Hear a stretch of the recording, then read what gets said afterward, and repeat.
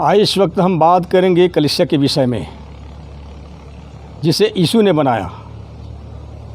नमस्कार। कलीसिया किसकी कलीसिया?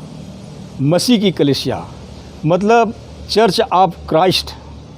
और इस संदेश में हम यही बताना चाहते हैं कि मसीह की कलीसिया कोई सांप्रदायिक कलीसिया नहीं है, और इस कलीसिया का प्रधान न तो कोई पास्टर है और न कोई प्रचारक। मसीह की कलीसिया का प्रधान केवल यीशु है। Only Jesus is the head of the church of Christ. आज बहुत से लोगों को यह कहते हुए सुना जाता है कि हमारी कलीसिया का प्रधान तो भाई सुरेश है।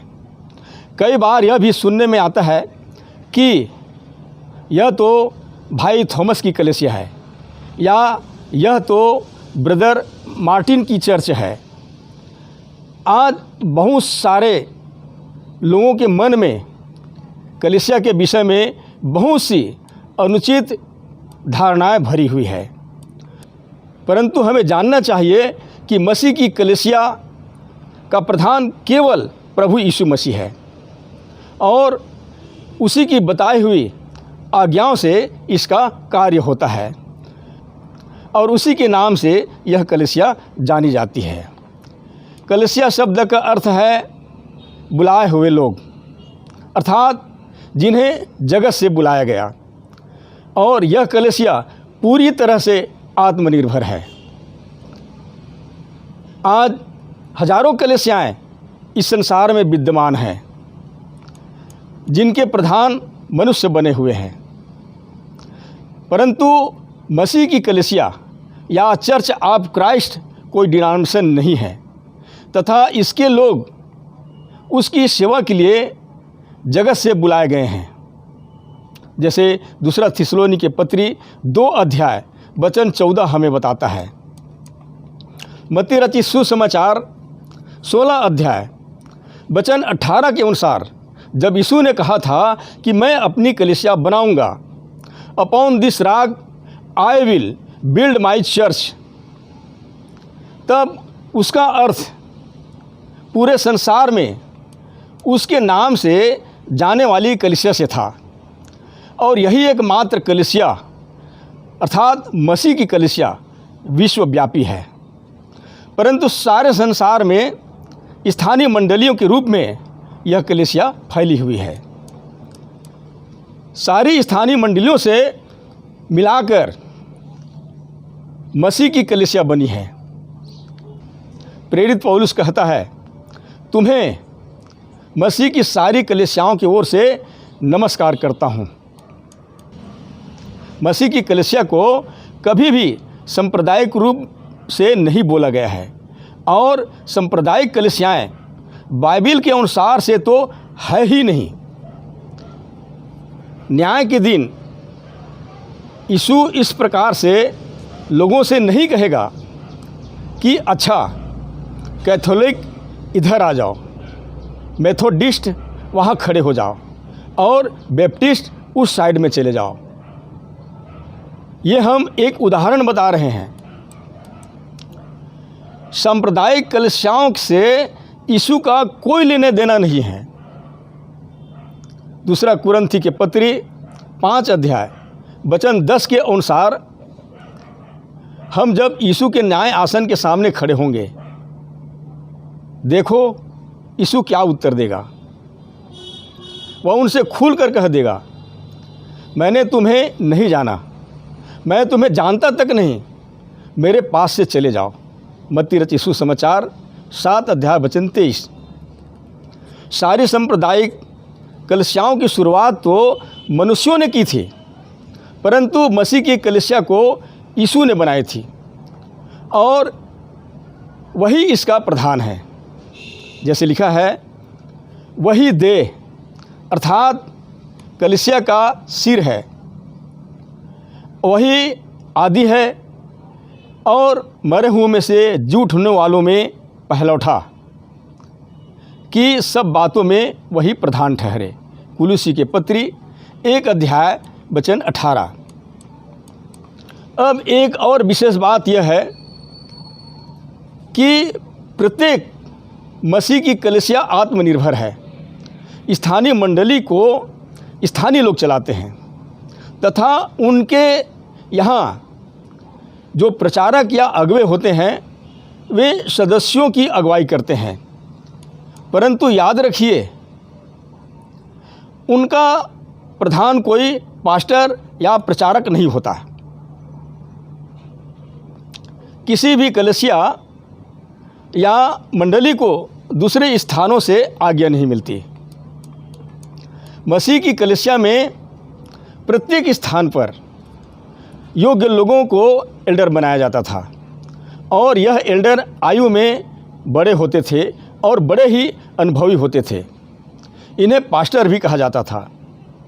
उनकी कुछ विशेष योग्यताएं होती थी, जिसके विषय में पहला तिमोथी की पत्री 3 अध्याय वचन 1 से 7 तक और तीतुस की पत्री 1 अध्याय वचन 5 से 9 तक हम पढ़ते हैं। यानी मसीह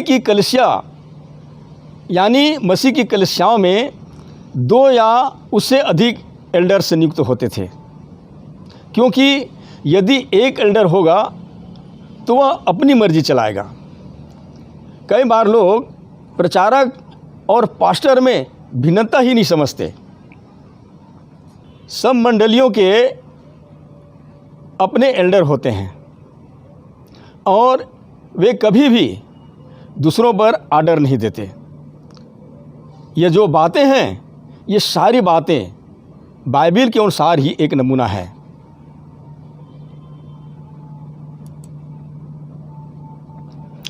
जैसे पतरस ने एल्डरों से कहा था कि परमेश्वर के उस झुंड को जो तुम्हारे बीच में है रखवाली करो, और यह दबाव से नहीं परंतु परमेश्वर की इच्छा के अनुसार आनंद से और निज कमाई के लिए नहीं पर मन लगाकर, और जो लोग तुम्हें सौंपे गए हैं उस पर अधिकार न जताओ, वरन झुंड के लिए नमूना बनो।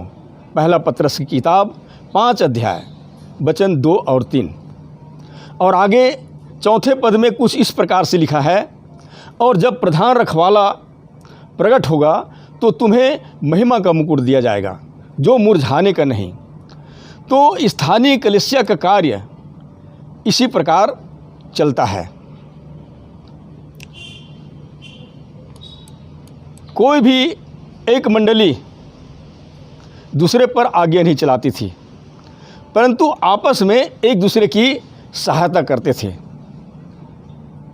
इस संगठन में हम परमेश्वर का बहुत बड़ा ज्ञान को देखते हैं। और जैसे यदि एक खिड़की में केवल एक ही शीशा लगा हो तो पत्थर मारने पर वो एक ही बार में टूट जाएगा, लेकिन यदि 4-5 शीशे लगे हों तो पत्थर मारने पर 1 या 2 शीशे टूटेंगे, फिर भी से कुछ शीशे बचे रहेंगे। और यही बात कलीसियाओं के संगठन अर्थात एक से अधिक एल्डर्स पर सही बैठती है। प्रियो, परमेश्वर का मार्ग हमेशा सही होता है। प्रेरितों के काम 20 अध्याय वचन 28 के अनुसार कलीसिया को यीशु ने अपने लहू से खरीदा है, पर मनुष्य को कभी भी कलीसिया का इस प्रकार की संगठन पसंद नहीं है। वो सोचता है कि मेरा ही सिक्का चलता रहे और लोग मुझे ही प्रधान माने। परंतु आपको समझना चाहिए कि किसी को भी उसे बढ़ाने या बदलने का कोई अधिकार नहीं है, क्योंकि जैसे लिखा है, मैं हर एक को जो इस पुस्तक की भविष्यवाणी की बातें सुनता है गवाही देता हूँ कि यदि कोई मनुष्य इन बातों में कुछ बढ़ाए तो परमेश्वर उन विपत्तियों को जो इस पुस्तक में लिखी गई है उस पर भी बढ़ाएगा। प्रकाशित वाक्य की पुस्तक 22 अध्याय वचन 18 और 19। हमें यह भूलना नहीं चाहिए कि हम चाहे कितनों ही बुद्धिमान क्यों न हो, या पैसे वाले हों या रुतबे वाले हों, लेकिन कलीसिया का प्रधान केवल यीशु है और स्वर्ग और पृथ्वी का अधिकार यीशु का है। जैसे मत्ती रचित सुसमाचार 28 अध्याय वचन 18 में उसने बड़े दावे के साथ यह कहा था, क्योंकि यीशु स्वर्ग में है इसलिए उसका प्रधान ऑफिस या मुख्यालय भी स्वर्ग में है। इस पृथ्वी पर हमारा कोई भी मुख्यालय नहीं है। इसका संगठन पवित्र बाइबल पर आधारित है तथा कलीसिया के सारे सदस्य मिलकर कलीसिया के कार्य को करते हैं। जैसे रोमी के पत्री 12 अध्याय वचन 4 और 5 हमें बताता है। आपके यहाँ मंडली में अभी बाइबल के अनुसार कोई योग्य पुरुष यदि नहीं है जिन्हें एल्डर नियुक्त किया जा सके, तब यह शिक्षा दी जानी चाहिए कि लोग अपने आप को इसके लिए तैयार करें। परंतु ऐसा नहीं होनी चाहिए कि किसी भी बिना योग्यता वाले व्यक्ति को ही एल्डर नियुक्त कर दिया जाए। जब तक एल्डर्स कलीसिया में नहीं हैं, तब तक कलीसिया के योग्य पुरुषों को ही फैसले मिलकर लेनी चाहिए। कलीसिया में बहुत सारे कार्य होते हैं जिन्हें मिलकर ही किया जाना चाहिए, और यदि हम बाइबल के अनुसार कलीसिया के कार्य को नहीं करते हैं, तब उस स्थिति में हम उसकी आज्ञा का उल्लंघन करते हैं। मित्रों, प्रभु के सामने हम अपने आप को नम्र बनाएं, क्योंकि उसके नमूने के अनुसार ही चलना है। कलीसिया में विशेषकर कड़ी शिक्षा दी जानी चाहिए ताकि सदस्यों में जागरूकता आए। परंतु कई प्रचारक या पास्टर नहीं चाहते कि सदस्यों को कड़ी शिक्षा का ज्ञान हो। वे चाहते हैं कि ज्ञान में वे कम ही रहे तो अच्छा है। परंतु हम बताना चाहते हैं कि प्रत्येक सदस्य को बाइबल अध्ययन करना चाहिए।